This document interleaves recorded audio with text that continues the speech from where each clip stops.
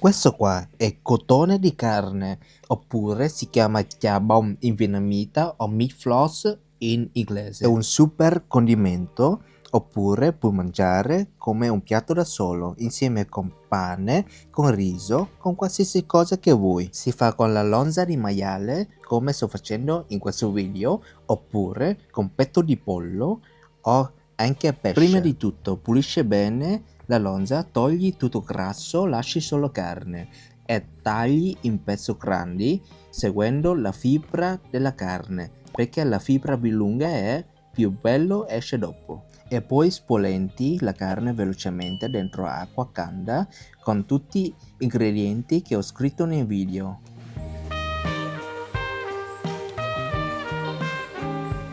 Adesso dentro una pentola vuota metti la cipolla, aglio, scalogno e sopra metti la carne. Poi copri la carne con l'acqua.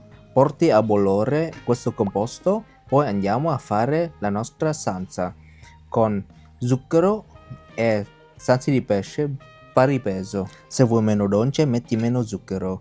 Una volta bollito, giri la carne e poi versi dentro quella salsa che hai fatto prima. Questa fase qua serve per condire bene la carne con salsa di pesce e zucchero, così si conserva meglio la carne. E dopo 45 minuti controlli la cottura con le barchette o con stuzzicadente. Se vedi che entra la carne facilmente, significa che è già pronta. Invece con l'acqua che è rimasta dentro la pentola non butti via, ma lo riduci fino a quando è diventato come quasi un demi-glace, o fondo bruno o semplicemente una salsa densa, perché a noi servirà dopo. Invece adesso si inizia la parte fatica in fare jabon, che devi battere la carne. Perché? Perché questo qua ti aiuta a sfilacciare i jabon dopo più facilmente, e devi farlo quando la carne è ancora calda per un risultato migliore. Adesso andiamo a sfilacciare la carne battuta. Ricordati che più lunga e fine la carne è, più bello e buono esce dopo il jabon. Una volta hai sfilacciato tutta la carne, versi dentro la salsa che hai ridotto prima. Mescoli bene e andiamo a essiccarlo sulla padella vuota. Non devi mettere niente dentro, neanche olio, e fai andare su fuoco medio e mescoli ogni tanto. Più spesso mescoli e meglio è, perché l'obiettivo è che fai uscire tutta l'acqua che c'è dentro la carne.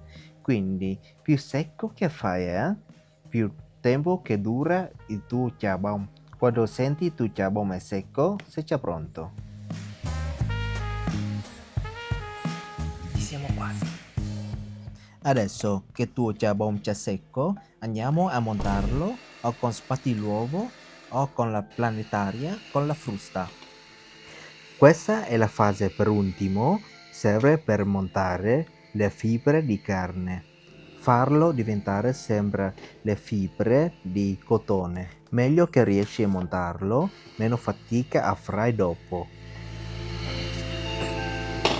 Adesso andiamo all'ultima fase, dove che ha preso il suo nome, jabon in vietnamita, perché jabon significa che lo gratti su una cosa, un colino, così per diventa come cotone, che è proprio parola a parola, nome di questa azione che sto facendo qua.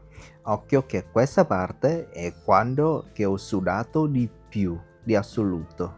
Però riguarda il risultato finale e vale ogni scoccio di sudore che ho sudato. Ecco un jabon fatto bene che appena metti dentro la bocca si scioglie sulla lingua e dura anche mesi dentro un barattolo chiuso bene dentro frigo. Prova anche tu adesso e fatemi sapere.